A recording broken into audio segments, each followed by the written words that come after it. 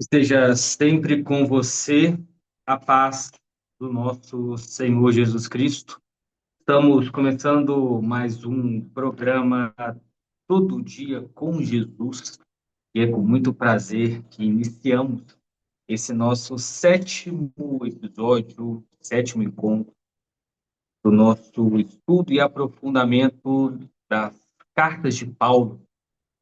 E temos trabalhado em cada episódio, em cada passo, um pilar rumo à nossa conversão verdadeira, nossa conversão em Cristo, utilizando muitos passos que Paulo utilizou dentro da sua jornada.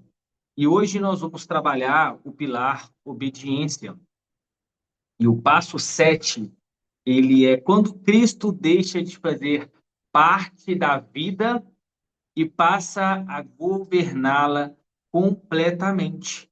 E a carta principal que vai nortear esse nosso encontro é a carta de Filipenses, onde o versículo, né, o texto principal seria Filipenses 1:21, que diz assim: Porque para mim o viver é Cristo e o morrer é lucro.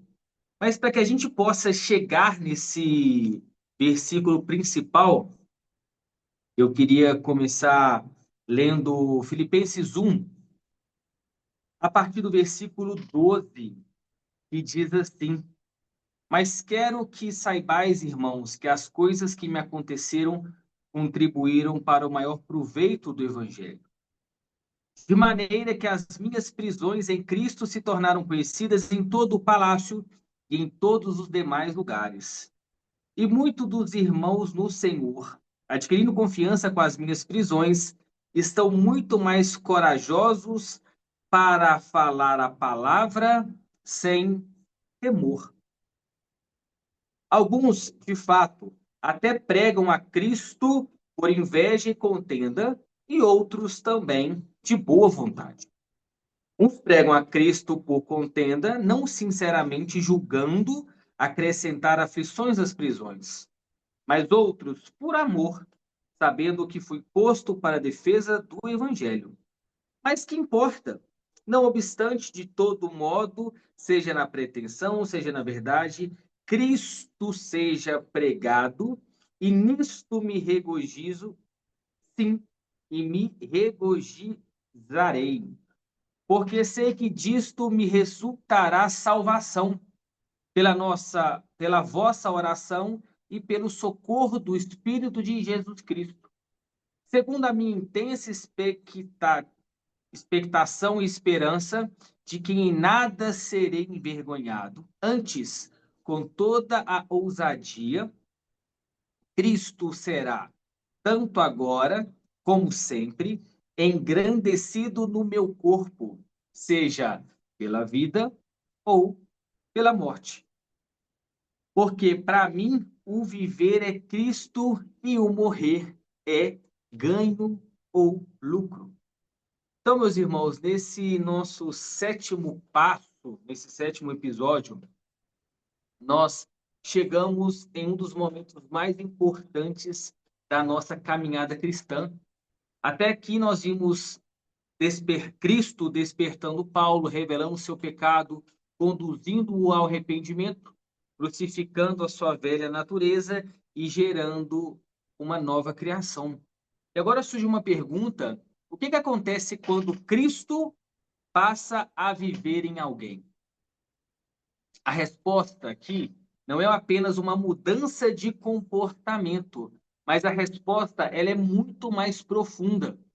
Cristo passa a governar completamente a vida daquele discípulo, a vida daquele cristão. E o episódio de hoje, né, esse nosso encontro de hoje, ele tem o propósito de conduzir nós, cada ouvinte, a compreender a verdadeira obediência. Que a verdadeira obediência, ela não nasce do medo, mas ela não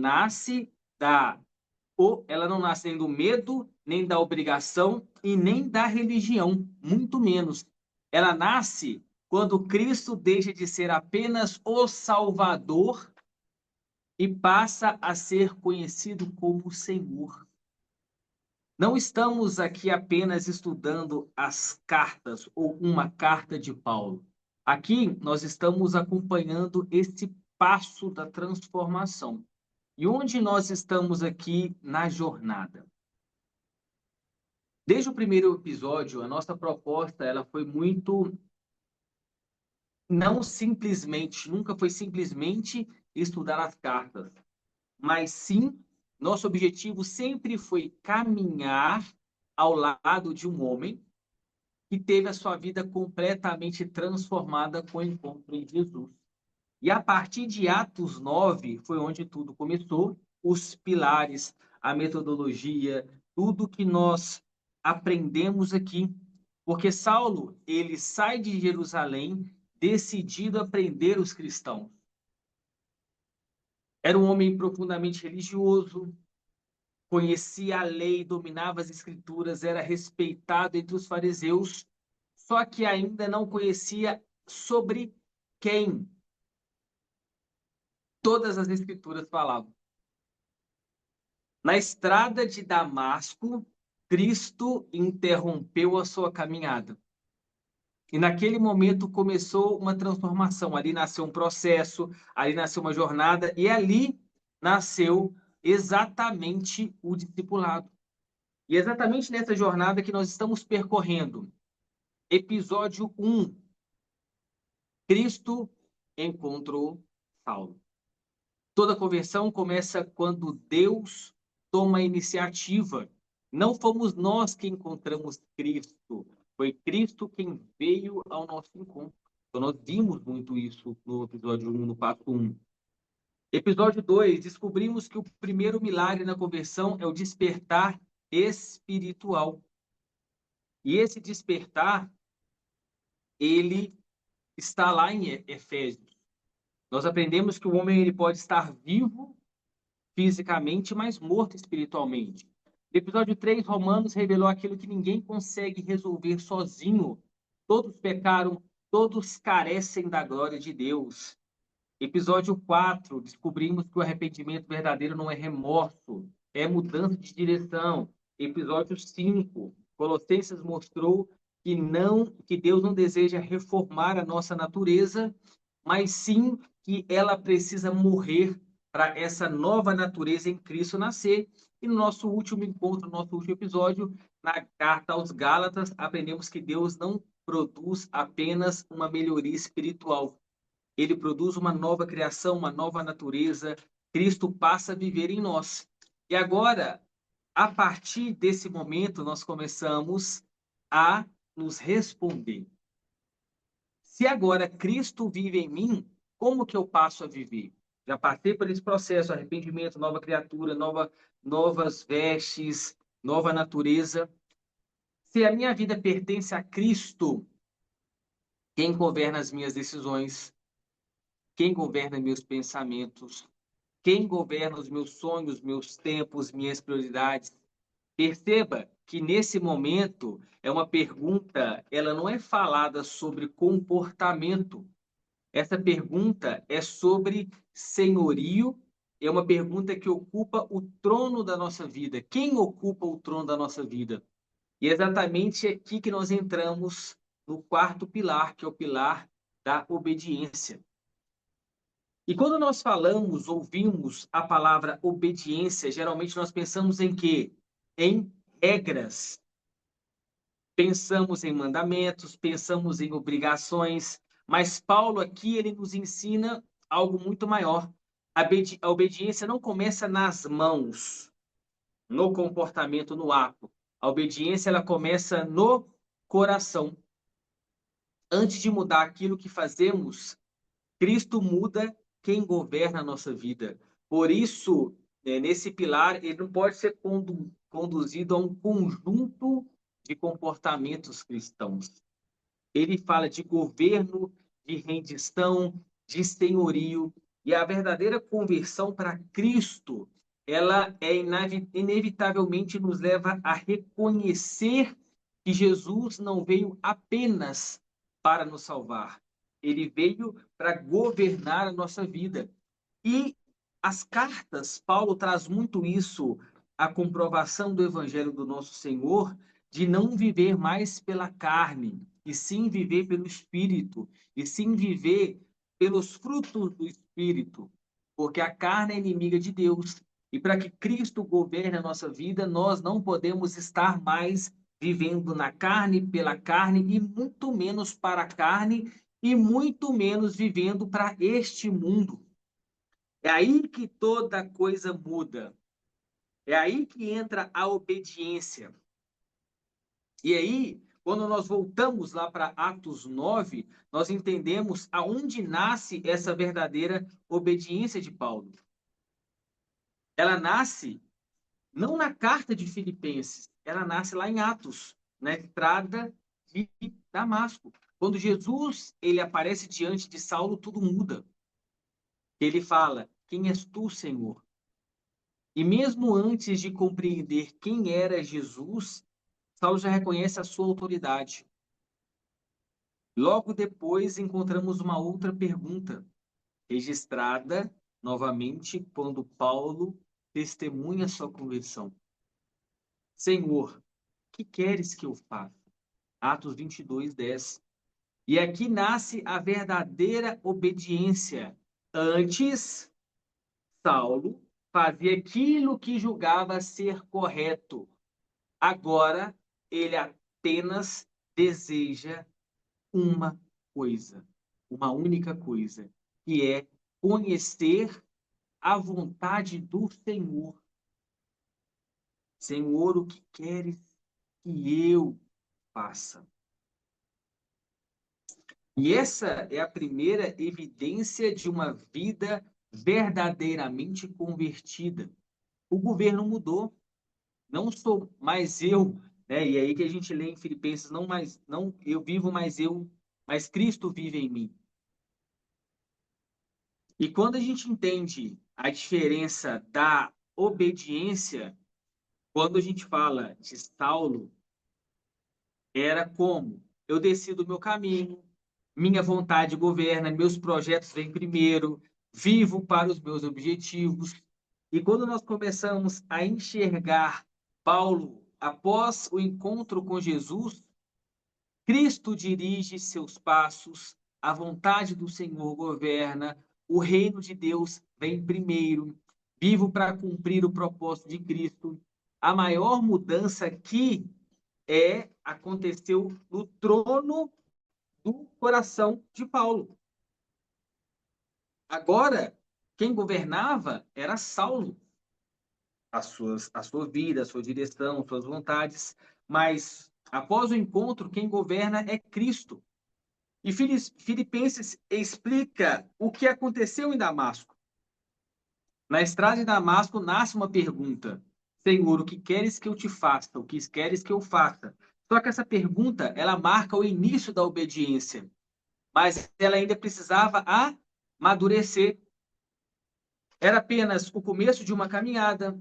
Anos se passaram, Paulo plantou a igreja, enfrentou perseguições, foi açoitado, naufragou, foi preso, experimentou vitórias e derrotas.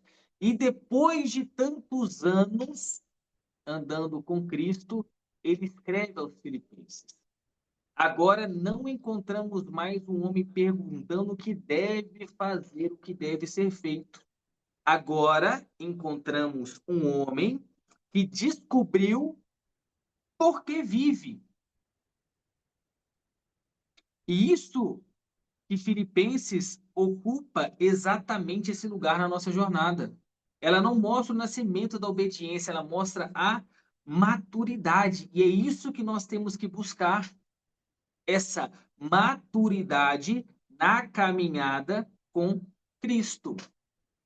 E quem entregou essa maturidade a Paulo é o Senhor que está vivo, que está disponível, disposto também para nos proporcionar na caminhada todo dia com Jesus, que possamos ter essa maturidade assim como Paulo. E é isso que Cristo nos convida hoje, agora, é essa obediência. E é a primeira evidência de uma vida entregue. Paulo escreve assim: Cristo será, tanto agora como sempre, engrandecido no meu corpo, quer pela vida, quer pela morte. Filipenses 1:20. O foco de Paulo já não está nele. O desejo não é preservar a sua reputação, o seu conforto, sua liberdade e muito menos seu sucesso. O maior desejo é apenas um: que Cristo seja engrandecido. E nós conseguimos enxergar isso também lá em Colossenses, que Paulo diz: tudo que for feito, faça como se fosse para o Senhor, faça para o Senhor. Então, Paulo, ele é esse modelo de conversão. E nós temos que buscar aquele que de fato proporcionou isso para Paulo, que é o nosso Senhor Jesus Cristo. É isso. Ler as cartas de Paulo é para aplicar isso na nossa vida. É para que as cartas, a Bíblia, o Evangelho, tire essas coisas mundanas de nós e inclua as coisas do reino, a palavra do reino. E aí nós temos que entender quem é exaltado numa vida sem Cristo. Quando eu vivo sem Cristo, procuro minha glória, quero meu reconhecimento, vivo para construir meu nome, o centro sou eu. E quando a vida é governada por Cristo, procuro a glória de Cristo, quero que Cristo seja reconhecido, conhecido, vivo para exaltar o nome de Jesus e o centro é Cristo. E tudo na nossa vida passa a ser medido por uma única pergunta: Cristo será glorificado nisso? E o versículo que define todo o passo que nós estamos trabalhando aqui hoje, porque para mim viver é Cristo e morrer é lucro. E essa é uma das declarações mais conhecidas da Bíblia, mas nós precisamos tomar cuidado para não ler um lema cristão. Paulo aqui, ele está propondo uma meta. Paulo aqui está descrevendo uma realidade. Ele não diz um dia espero viver para Cristo. Para mim, hoje viver já é Cristo, hoje, agora. E essa frase é resultado de uma vida inteira sendo moldada evangelho. Ela isso quando Saulo, que é o diante de Jesus, foi amadurecendo em cada renúncia, cada aprendizado e cada sofrimento. E a gente tem que entender qual que eram as falas de Paulo, mesmo de Paulo. Eu, para mim, as vontades dirigem a minha vida, eu construo meu reino, meu sucesso é prioridade. Só que quando nós entendemos, e é isso que nós temos que procurar, meus irmãos, aqui nesse momento, é após esse encontro com Cristo, é conhecer Cristo, reconhecer Cristo e seguir a Cristo. Eu vivo para Cristo.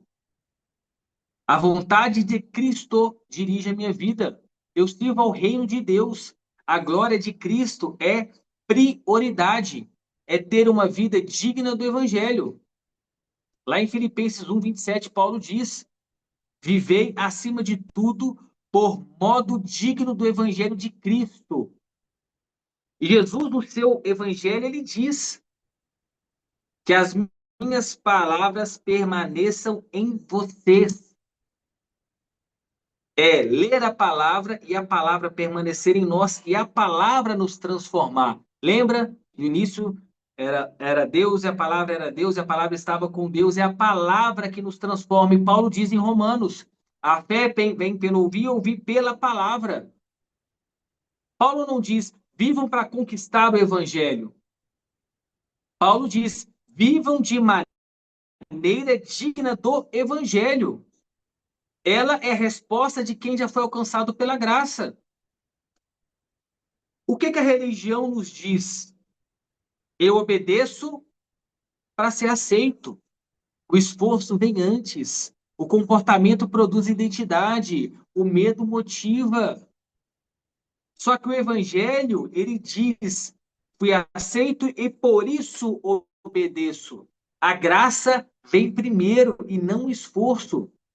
A identidade transforma o comportamento e não o comportamento produz identidade. Quando eu sei que eu sou filho de Deus em Cristo, tudo muda.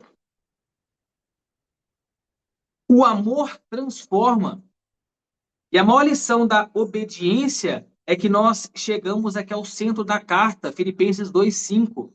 Tende em vós o mesmo sentimento que houve também em Cristo Jesus. É sobre a transformação do coração. Paulo ele diz lá em Romanos 12:2, transformai-vos pela transformação da sua mente. Mente, coração, sentimento, comportamento, identidade. A verdadeira obediência não consiste em simplesmente fazer o que Deus manda. Ela consiste em amar tanto a Cristo que sua vontade também passa a ser a nossa vontade.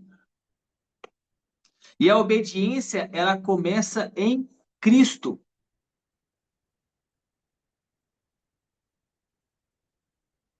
Temos que entender Filipenses 2:6, 7. Pois ele, subsistindo em forma de Deus, não julgou como usurpação ser igual a Deus. Antes, assim se esvaziou, assumindo a forma de servo. E aqui observa a profundidade dessas palavras. Jesus ele não perde a sua divindade, ele abre mão dos privilégios da sua glória para cumprir a vontade do Pai. Ele escolheu o caminho da humildade, escolheu servir e escolheu descer. Enquanto Adão quis ser como Deus, isso aqui é forte demais.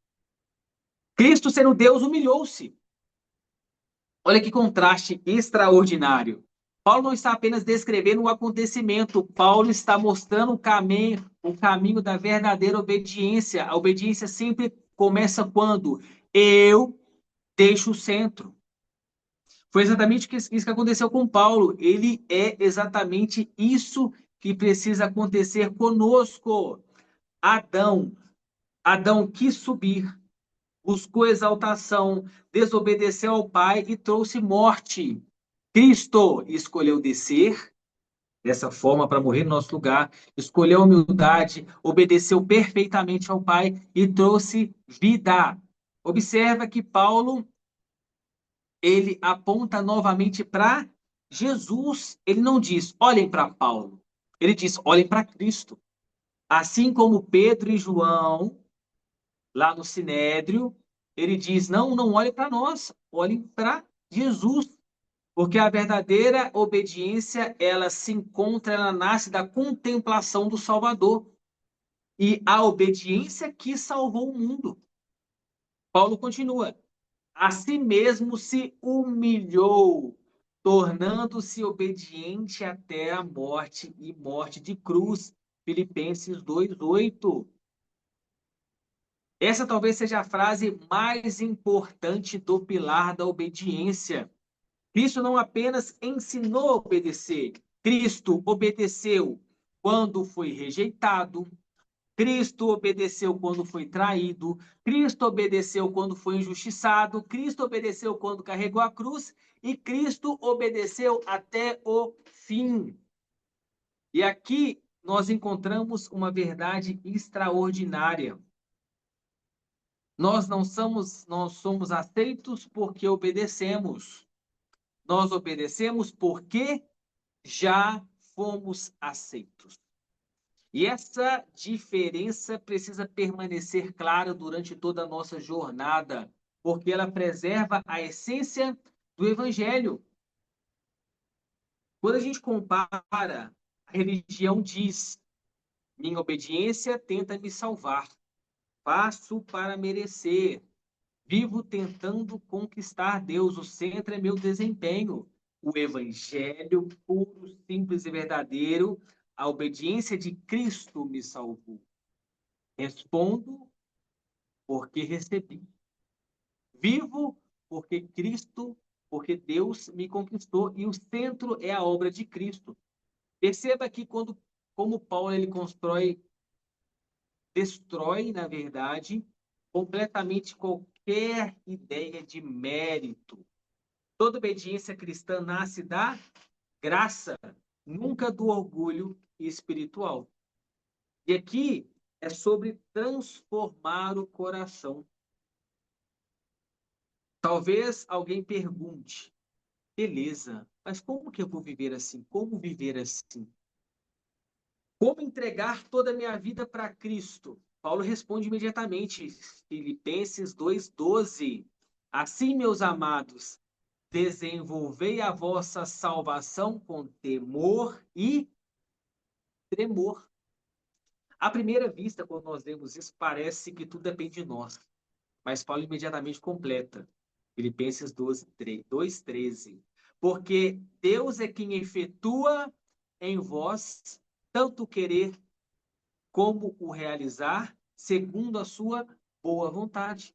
E Paulo, lá em Romanos, ele fala, né? Transformai-vos pela renovação da tua mente, para que possa usufruir da boa, perfeita e agradável vontade de Deus. E esse texto é maravilhoso porque ele une dois pilares da jornada, a obediência e a dependência. E já começa a preparar para o nosso próximo passo. Então, mudança exterior e mudança interior. É o que nós precisamos ter em nossa vida. A mudança exterior, ela somente muda comportamentos. Depende de disciplina, é temporária e produz somente aparência. Já a mudança interior, natureza, identidade, nova criatura, muda o coração, depende da graça, é permanente e produz nova vida. O evangelho, perceba, ele nunca começa mudando atitudes, ele começa mudando o coração. Por isso, Cristo diz: tudo que deve guardar, guarde seu coração, pois ele é proveniente de toda fonte de vida. A palavra diz isso. As atitudes, e quando o coração muda, as atitudes mudam inevitavelmente. E quando Paulo ele diz: renovei-vos pela transformação da vossa mente, mente e coração muito conectados. Então, mude a mente, mude o coração para si, assim mudar todo o comportamento, tudo na sua vida. E aqui nós entendemos que antes da conversão, Paulo entendia que o seu tesouro estava, antes da conversão, o maior bem era a minha religião. Minha segurança estava nos meus méritos, ele falava quem ele era, minha identidade estava no que fazia, meu tesouro era terreno. Depois da conversão, o maior bem é Cristo. Minha segurança, ela está na graça, minha identidade está em quem Cristo é e meu tesouro é eterno. E aí Jesus diz: eu vim para que todos tenham vida e todos tenham vida eternamente. E ele diz que o evangelho é como um homem que achou um tesouro, vendeu tudo e comprou o terreno. Então, o tesouro está na palavra, o tesouro está em Cristo. Cristo é o nosso centro, Cristo é o nosso tesouro. E Paulo, lá em Filipenses 3, 13 e 14, ele traz uma vida que continua caminhando. Ele diz assim: irmãos, quanto a mim, não julgo havê-lo alcançado, mas uma coisa faço, esquecendo-me das coisas que para trás ficam e avançando para as que diante de mim estão. Prossigo para o alvo, para o prêmio da soberana vocação de Deus em Cristo Jesus. Alvo, vocação em Cristo. Esquecendo tudo ficou para trás, mas sempre avançando. E é isso que nós temos que ter, meus irmãos. Avanço com os olhos fitos em Cristo Jesus. Com o olhar, com o nosso foco, com o nosso objetivo, com Cristo sendo a nossa essência.